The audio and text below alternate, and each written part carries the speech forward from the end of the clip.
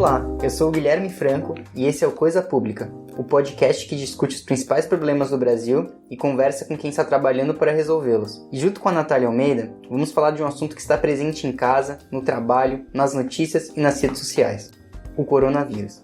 Os últimos dias foram marcados pela expansão no número de casos do novo coronavírus. De acordo com a Organização Mundial de Saúde, já são mais de 90 mil casos confirmados no mundo em mais de 70 países. A epidemia se tornou uma preocupação global. Mas o que é esse vírus e qual o risco ele traz pra gente? Como se proteger? O Brasil está preparado para esse tipo de ocorrência? Como o setor público está atuando? São muitas as dúvidas sobre esse novo coronavírus. No episódio de hoje, vamos falar exatamente sobre ele e a importância em discutir políticas públicas de saúde. O novo integrante da família dos coronavírus, que nunca havia sido achado em humanos, veio da China e logo chegou a outros países. O que se sabe até então é que ele causa desde casos assintomáticos a quadros respiratórios leves e pneumonia grave, principalmente em idosos e pessoas já debilitadas. A mortalidade do vírus até o momento é bem menor do que a de outros da família que causaram síndromes respiratórias no passado, como a SARS, nos anos 2000. Aqui no Brasil, após a confirmação do primeiro caso brasileiro, cientistas do Instituto Adolfo Lutz, da USP, em parceria com a Universidade de Oxford, conseguiram sequenciar o genoma do vírus que chegou ao país. Essa informação é muito importante para entender como o vírus está se dispersando pelo mundo e também pensar no desenvolvimento de vacinas e testes diagnósticos. A rapidez com que os cientistas fizeram o sequenciamento mostrou a capacidade do Brasil na área de pesquisa e saúde. Ainda assim, é necessário avançar na criação de políticas públicas que fortaleçam o desenvolvimento científico do país, avançando cada vez mais em questões de saúde pública. Para falar sobre esse tema, vamos conversar com duas servidoras pós-graduadas com o Master em Liderança e Gestão Pública do CLP, a Carla Santa Cruz Coelho, professora de Medicina da UFRJ e ex-diretora da Agência Nacional de Saúde, e Evanilde Fernandes, servidora aposentada do Ministério da Saúde e consultora em Gestão de Saúde. Mas antes de começarmos, quero deixar um recadinho. Se você gosta desse podcast e de todos os conteúdos que a gente produz no CLP, não deixe de acessar a nossa página no Catarse e apoiar os nossos projetos com o valor de um só cafezinho por mês. É só acessar catarse.me/CLP e, como sempre, o link está na descrição do episódio.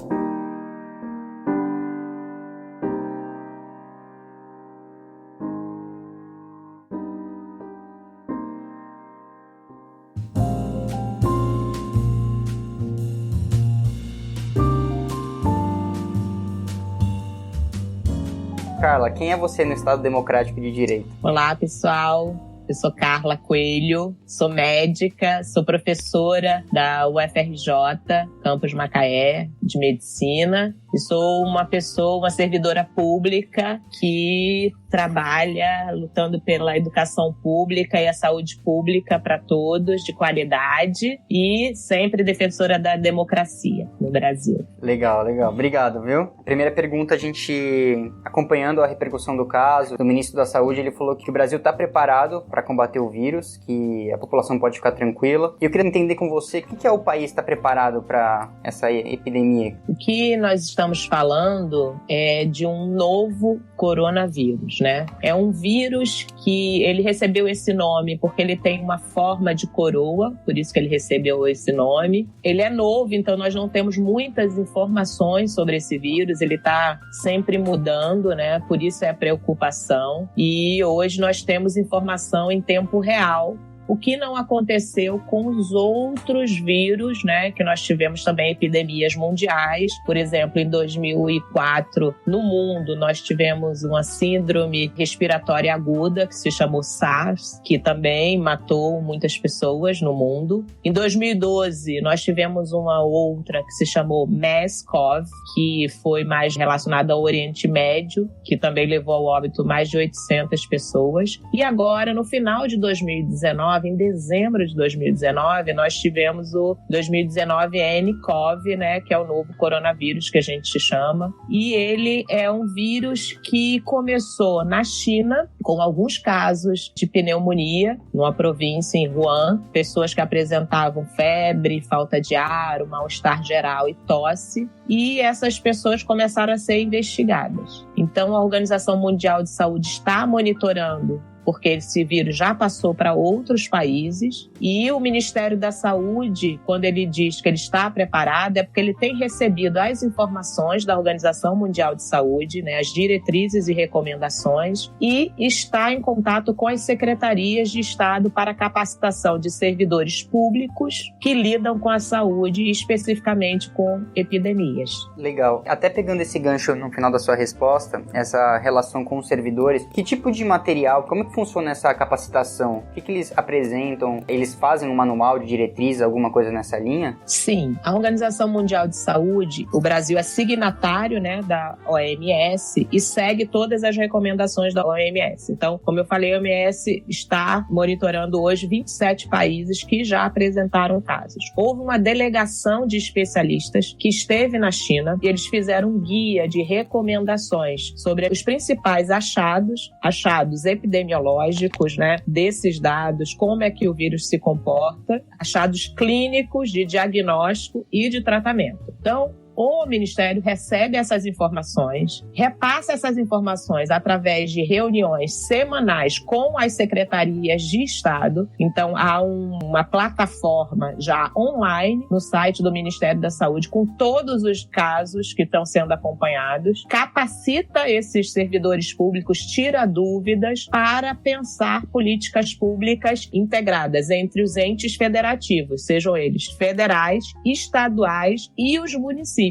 sem esquecer a relação público-privada, porque muitos casos também vão ser atendidos nos serviços privados, nos planos de saúde, nos hospitais privados, não só públicos. Então é importante que haja essa integração dessas informações. Isso é fundamental para o controle da epidemia. E, Carla, qual que é a importância do Sistema Único de Saúde para combater esse vírus, essa propagação? A importância é total, né? O fortalecimento das ações em saúde do Sistema Único de Saúde é fundamental. Por quê? Porque, na verdade, são esses servidores, esses técnicos que estão habilitados para trabalhar com esses casos, né? Desde a questão da vigilância em saúde. O que é a vigilância em saúde? É a identificação precoce dos casos e a sua notificação imediata pelas secretarias municipais de saúde. Então, quando um município identifica um caso suspeito, o que é um caso suspeito? São pessoas que tiveram nesses países que têm essas doenças. Por exemplo, o primeiro caso no Brasil foi uma pessoa que esteve na Itália e ele veio para o Brasil. Quando ele chegou no Brasil, ele não apresentava ainda as doenças, ele estava no período de incubação, né? O que é o período de incubação? É quando você adquire o vírus, mas ainda não apresenta sintomas da doença. Isso pode levar de 2 a 14 dias em relação ao coronavírus. Quando ele começa a apresentar doenças e ele esteve nesses países que têm o coronavírus, ele é atendido, né, por um médico ou um outro profissional de saúde que notifica essa doença, essa provável doença, ainda não tem um diagnóstico confirmado, e a partir dali o Sistema Único de Saúde vai fazer os testes laboratoriais, né? Então tem que ter uma rede de atenção integrada, capacitada para o acesso rápido para o diagnóstico preciso, isolamento desses casos que estão suspeitos ou que já foram confirmados, para evitar a propagação de novos casos. Então, acho que os municípios têm uma parte mais prática no processo. Exato. Os municípios, eles são responsáveis por isso, por estabelecer medidas de prevenção e detecção precoce, notificar os casos suspeitos, fazer o diagnóstico, né, ou não. Então, alguns casos são descartados. Hoje, no Brasil, a gente tem alguns casos que já foram confirmados, 3 casos confirmados. Esses dados estão no site do Ministério da Saúde. Alguns casos que foram descartados, 315 descartados. Então, hoje, no dia 5 de março de 2020, são esses dados que estão disponíveis. E 531 casos suspeitos que ainda estão sendo investigados, que ainda não tem, né, o resultado dos exames. Porque quando você faz a investigação, você faz o diagnóstico também para outras doenças como a gripe, a influenza, influenza e outros vírus que dão sintomatologia muito parecida com coronavírus. Mas não necessariamente você está com coronavírus quando começa a espirrar, tossir e febre. É importante que a população não fique em pânico e não fique alarmada em relação a isso. Só queria entender mais ou menos que a gente vê nas manchetes que, por exemplo, tem um caso, daí espera essa contraprova do governo, né? Como que funciona essa contraprova? Hoje o Ministério da Saúde, em cada estado da federação, tem um hospital de referência, que esse hospital vão os casos mais graves, são dúvidas que tem em relação a isso. Esse hospital de referência, ele tem os kits de diagnóstico, né, para fazer os testes, o sequenciamento do teste, as medidas de intervenção, a capacitação de pessoas. Então, o Estado é responsável por isso. E o federal, né, o Ministério da Saúde, é responsável por ter as informações do Ministério da Saúde, compilar todas essas informações do Brasil e disponibilizar informações corretas para todo mundo. Então, é importante que a gente tenha todas essas relações funcionando muito bem, né? Estado, município e federal, para que a gente tenha essa rede articulada de atenção. E você falou que é importante passar a informação correta. A gente vê muitas notícias do coronavírus, está diariamente nos jornais impresso, TV e etc. Que tipo de ação pode ser tomada para evitar que desinformação cresça ou fake news?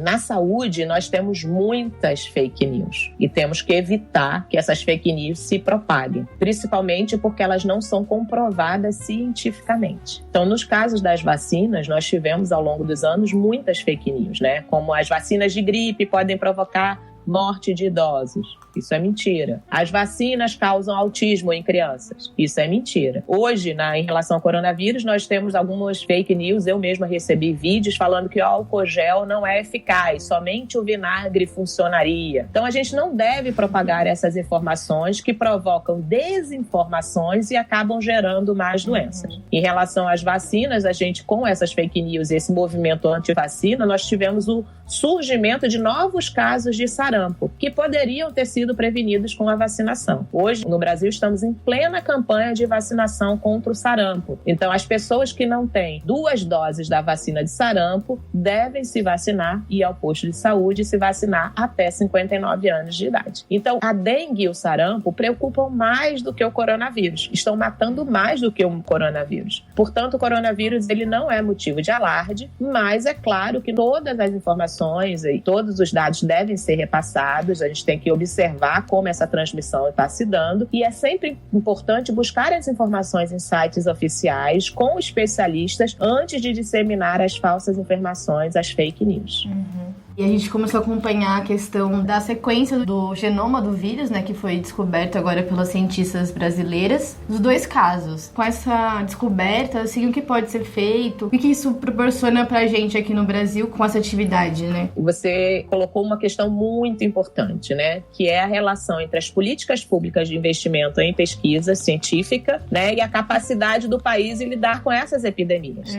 Então, o Brasil, ele já tem uma expertise em lidar com epidemias e situações novas. Nós lidamos o tempo inteiro com situações novas. A gente pode citar a Zika, a microcefalia, que não existia em nenhum país. O Brasil foi um dos primeiros a relatar esses casos e hoje nós já temos toda uma orientação em relação à Zika, que começou principalmente no Nordeste brasileiro, né? Então, a chikungunya também é um outro caso de uma nova epidemia que foi surgindo e que o Brasil tem. Então, o Brasil ele tem excelentes pesquisadores. O Brasil conseguiu sequenciar o genoma do vírus do coronavírus em 48 horas, que a Itália não conseguiu fazer isso. Por pesquisadoras brasileiras, é importante falar isso, exato. Na Semana da Mulher, né, que nós temos mulheres cientistas que estão trabalhando para isso. Então, é um motivo de muito orgulho para nós, líderes do CLP, com mulheres cientistas fazendo isso. E a Fiocruz, né, a Escola Nacional de Saúde Pública aqui no Rio de Janeiro, confeccionou e disponibilizou kits de diagnósticos do coronavírus. Ou seja, a gente tem ilhas de excelência, excelentes pesquisadores, e a gente precisa reforçar esse trabalho, continuar investindo em pesquisa, melhorando os recursos para a educação pública, para que as universidades públicas produzam mais dados, mais informações e novos pesquisadores. Isso é importantíssimo. Então, quando a gente tem o momento dessa epidemia, a gente vê como é importante o fortalecimento do Sistema Único de Saúde. Porque sem o fortalecimento do Sistema Único de Saúde, todos esses dados, essas informações, a gente não teria no Brasil. Sim, e só pegando esse gancho, né, eu queria entender também para os ouvintes como que está o cenário dessas políticas públicas de investimento, né, de pesquisa no Brasil. Se tem resultados, se está crescendo cada vez mais, se está faltando investimento, né, o que você acha? Eu acho que há um corte de investimentos, né, desde a emenda constitucional que limitou o teto de gastos para saúde e educação. Isso é muito grave, porque um país que não investe em educação, não investe em ciência, é um país que não tem futuro, né? Como a gente está vendo aí nesses casos, o Brasil tem que estar preparado para isso. Sim. Temos que investir nos servidores públicos, na qualificação dos servidores públicos, que eles produzam mais pesquisas, que eles continuem estudando, e para isso a gente precisa ter de bolsas do CNPq para mestrado, doutorado, iniciação científica, novas vagas nas universidades públicas, para que a gente consiga ter um sistema único de saúde de qualidade e que responda rapidamente quando o Brasil tem um caso desse. Sim, então acho que pode ser um bom momento das pessoas enxergarem que sim, vale a pena investir em pesquisa, né? Exatamente, porque isso reverte em qualidade em saúde, no atendimento melhor para os usuários. E nós temos mais de 200 milhões de habitantes no país que precisam do atendimento, e todos nós, tendo ou não plano de saúde, nós usamos o Sistema Único de Saúde. Como eu dei o exemplo da vigilância em saúde. A vigilância em saúde é para todos os brasileiros. A gente não está falando só quem tem plano de saúde, quem não tem plano de saúde, quem é rico e quem não é rico. A gente não está falando disso. Todos nós usamos a vigilância em saúde. Então, o SUS é para todos. Carla, eu quero te fazer uma pergunta, foge um pouquinho do tema, mas está interligado. A gente vai abrir essa semana as inscrições para MLG, na semana que vem. E eu quero saber de você qual que foi a importância do MLG nesse sentido para a capacitação de gestor. Queria que você falasse só um pouquinho sobre o curso. Para mim foi muito importante o MLG. Foi no momento da minha carreira profissional que eu assumi a diretoria de gestão de uma agência reguladora no país, a Agência Nacional de Saúde Suplementar. E aí eu senti muito a necessidade de estar próximo com outros líderes da gestão pública, que eu pudesse me capacitar, que eu tivesse uma rede de contatos, que eu tivesse sempre me atualizando. Então, o MLG me proporcionou isso, uma atualização em gestão pública, conhecer pessoas de outros setores, também na iniciativa privada, do terceiro setor, ter uma relação não só com a saúde, mas com a educação, com a segurança, com o meio ambiente, trazer outros atores para essa discussão. Eu acho que só assim a gente consegue ter um país mais forte, um país que avance, né, com diretrizes, recomendações,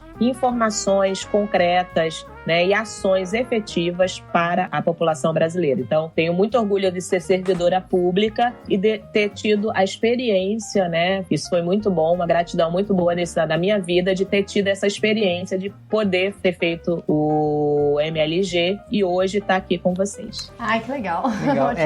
Você quer acrescentar alguma coisa que a gente não falou, puxar algum ponto que você acha importante que ficou faltando? Só em relação às medidas, né, de orientação e cuidado que eu acho que deve ter. É importante alertar para a população para lavagem das mãos, a etiqueta respiratória, né, o álcool gel, o uso do álcool gel. Então é importante que a população esteja ciente de que qualquer medida, qualquer sintoma que ela sinta, ela não precisa ficar completamente desesperada, né, porque eu acho que isso também causa um desespero, um aumento das pessoas nos serviços públicos. Elas devem procurar o serviço público se sentirem muita falta de ar, se tirem dificuldade respiratória. Mas no momento de gripes e a avaliação, elas podem tomar medidas sintomáticas, né? Se ela teve contato ou ela viajou para alguns países que têm coronavírus, aí sim, ela deve informar para o serviço de saúde para que a gente possa investigar casos. Mas outros casos, como gripes e resfriados comuns,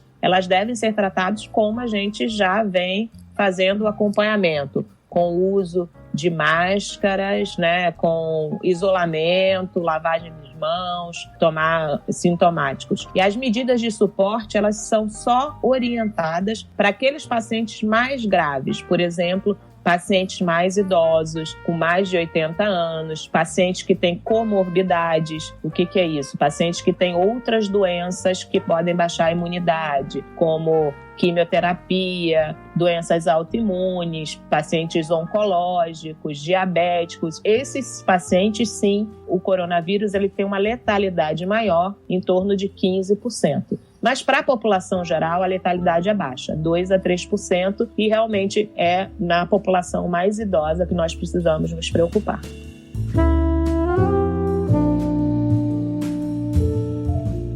Quem é você no Estado Democrático de Direito? Eu sou Evanilde, eu sou uma defensora do Sistema Único de Saúde público, gratuito e de qualidade. Servidora do Ministério da Saúde e defensora do SUS. A gente está ouvindo muito a questão do ministro da Saúde e o governo falando que o Brasil está preparado para a questão do coronavírus. No seu ponto de vista, o que o país está preparado para esse tipo de epidemia? Quando a nossa população vê o Sistema Único de Saúde como se fosse um plano de saúde que não funciona, em algumas situações específicas, ele não vê como um sistema que envolve as 3 esferas de governo, e aí o nosso ministro, o governo ir na televisão e falar diretamente que nós estamos preparados para enfrentar uma epidemia que está chegando aí, o coronavírus, né, que nós já temos casos já confirmados dentro do nosso país. Mas basicamente por nós termos o Sistema Único de Saúde, que ele está presente em todos os municípios do país, em 5.570 municípios, e aonde nesses 5.570 municípios nós temos a atenção primária presente como porta de entrada para o usuário do sistema. Então, o nosso usuário, ele sabe onde ele entra no Sistema Único de Saúde, ele tem uma garantia, nós temos leis constitucionais que garantem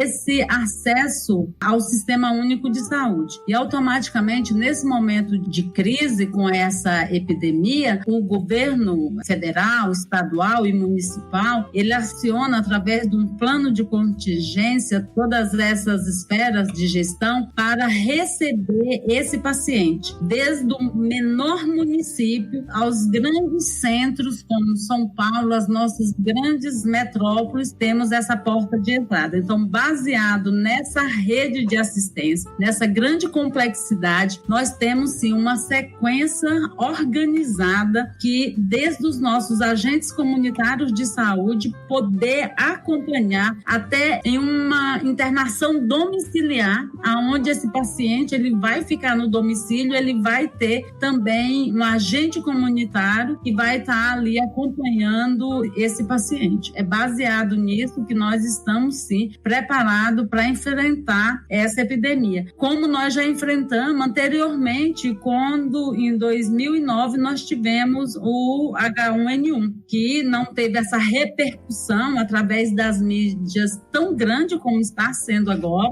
mas que o Brasil respondeu muito bem, e isso fez também com que o Sistema Único de Saúde tivesse hoje expertise para trabalhar em cima dessa nova situação do coronavírus. Você falou sobre as esferas do poder público, então você pode explicar pra gente, pros ouvintes também, de uma forma mais sucinta, assim, qual que é o papel de cada uma das esferas dessa questão? Isso é muito importante. Olha, hoje todos os nossos municípios, né, esses 5.770 municípios, eles têm a obrigatoriedade de ofertar atenção primária à saúde. Ela sendo resolutiva, ela tem a complexidade de atender até 80% dos problemas de saúde da população. Então, nesse primeiro momento mesmo da epidemia, ela está sim preparada para esse atendimento. Então, essa competência é dos governos municipais de saúde. E aí, os governos estaduais, junto com o governo federal, ele tem a competência também de organizar a média alta complexidade. O que é média alta complexidade? São os serviços especializados estados, que é a média complexidade, que é a competência também dos estados e também dos grandes municípios, e a alta complexidade também dos estados, em algumas situações até da União também. Então, são essas esferas que têm essa competência de dar assistência para a população. Então, o paciente ele entra na rede com essa responsabilidade da competência do município, e o serviço ele vai ser encaminhado, como o caso aqui do coronavírus, ele já vai entrar diretamente, não para um serviço de especialidade, mas vai diretamente para um serviço já hospitalar, que é a média complexidade. Só que ele não é a porta de entrada dos casos, ele pode, através até da urgência, pela gravidade, mas hoje nós queremos estar trabalhando e incentivando a população a entrar diretamente pela atenção primária e ter essa rede funcionando. Então, as competências, como você perguntou, a competência primária é de todos os municípios. Conforme o tamanho até do município, a população do município, alguns municípios também têm o serviço de especialidade juntamente com os estados. E a União, ela entra aí também com o financiamento e com a organização das políticas públicas de saúde, tanto com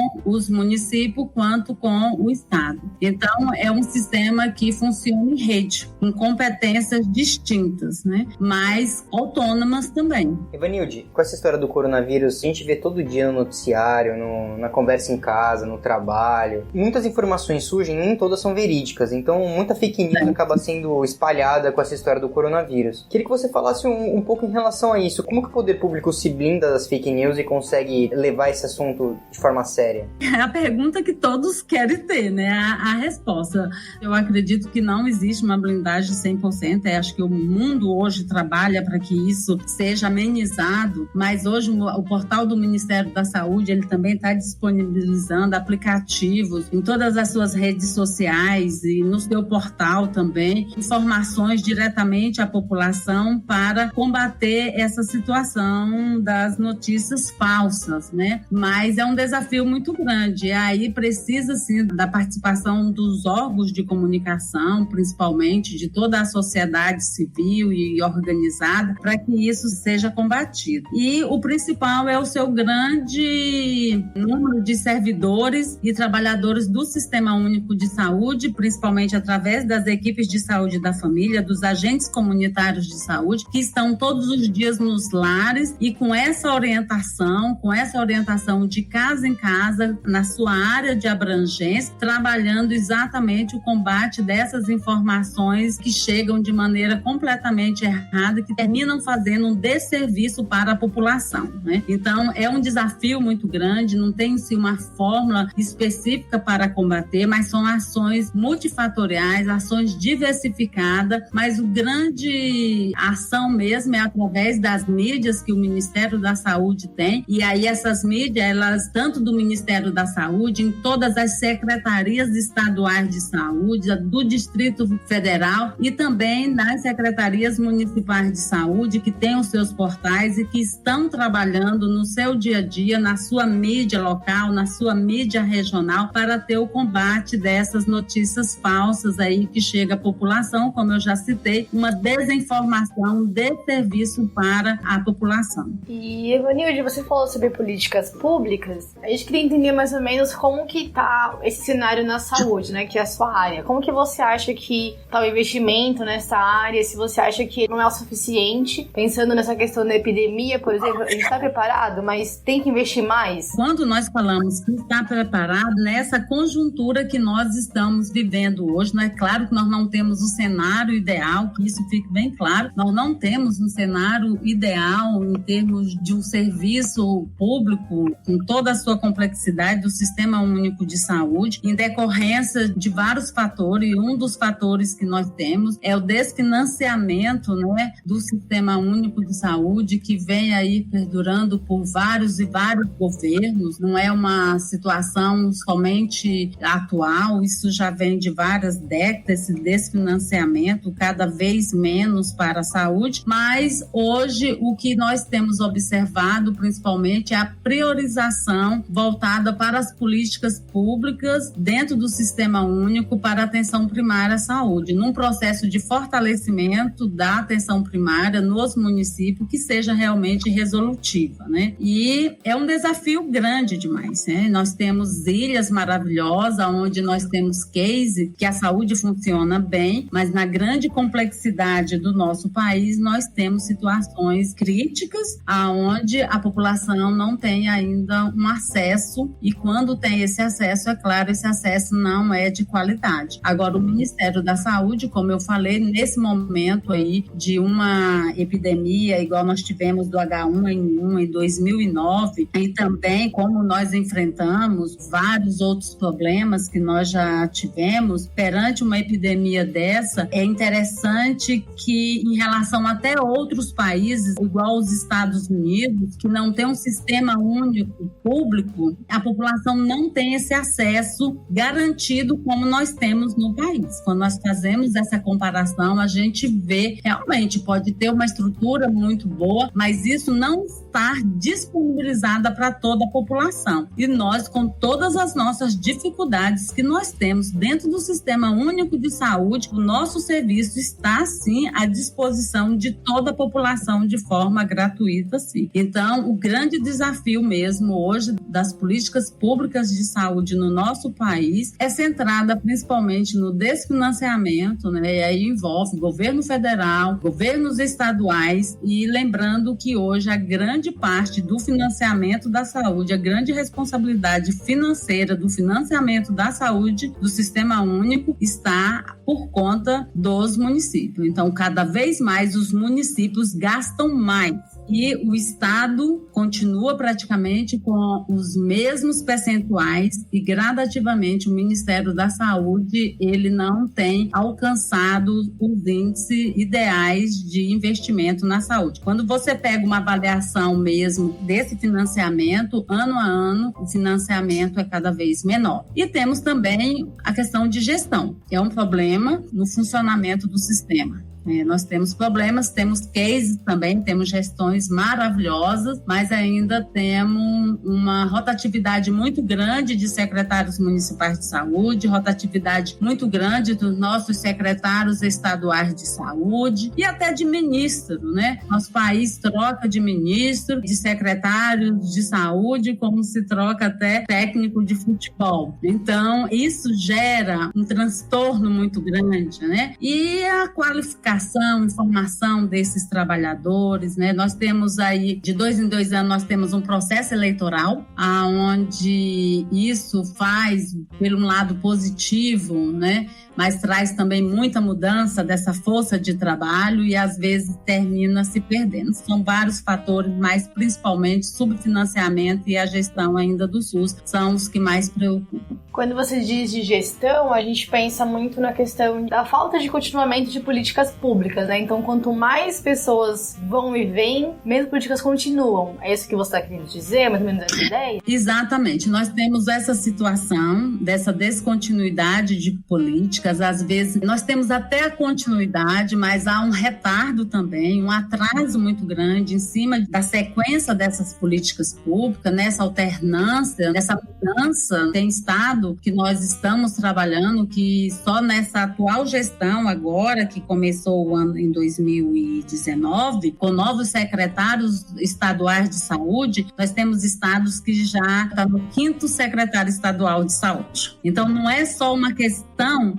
de alternância de governo. É isso que eu falei no início, é a alternância, mudança dos nossos secretários municipais, porque N questões municipalistas, no Estado e na União. E aí há um prejuízo na continuidade e há um retardamento também da efetivação dessas políticas. Agora, um ponto positivo também que a gente deve observar é que o SUS é uma política. Então, apesar de ter algumas mudanças ali, a gente vê que, através de um trabalho, muitas das políticas públicas instituídas dentro do Sistema Único de Saúde, independente de quem seja o governo, ela tem uma continuidade pela solidez do Sistema Único de Saúde, que ela perpassa a questão da gestão de quem esteja no cargos e ocupando, ela tem uma solidez muito forte, muito consolidada, e principalmente pelas garantias constitucionais e as leis também infraconstitucionais que dão essa legitimidade para o sistema e automaticamente para as políticas públicas. Tá, Evanilde, só para o nosso ouvinte que está ali preocupado lendo as notícias, acaba não entendendo direito a doença, pelo que você explicou, a gente está preparado, as pessoas podem ficar mais tranquilas que o Brasil vai conseguir lidar com essa epidemia. Eu tenho certeza que com toda a situação mundial que nós estamos presenciando, o Brasil está sim preparado. Eu confio, nós estamos preparados e vamos buscar, a população busque sua unidade mais próxima. Nós temos agora mais de 1.454 unidades básicas de saúde espalhadas por esse Brasil, que vão estar funcionando das 7 da manhã até as 22 horas para atender essa população até em horários. E ela chegando na unidade básica de saúde com os sintomas do coronavírus, ela será encaminhada sim, conforme a necessidade, será orientada e conforme a necessidade, ela será encaminhada assim para os serviços especializados e hospitalares, com certeza. E lembrando que nós temos uma rede de LACEN, uma rede de laboratórios que hoje consegue confirmar os casos em tempo recorde das pessoas que estão suspeitas da doença, né, do coronavírus. Então, a estrutura está montada, nós temos muitos problemas, muitos desafios, mas estamos aí voltados e priorizando o Ministério da Saúde, todos os estados e todos os municípios, priorizando sim esse momento aí para a população.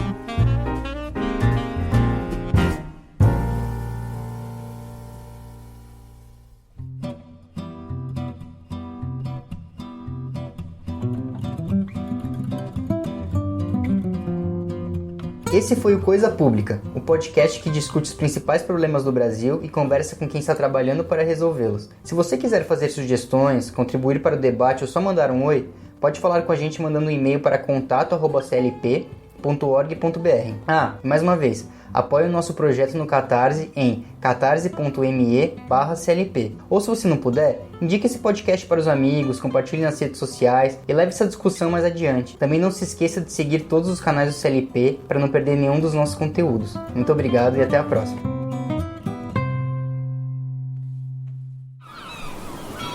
Este podcast foi editado pela Maremoto.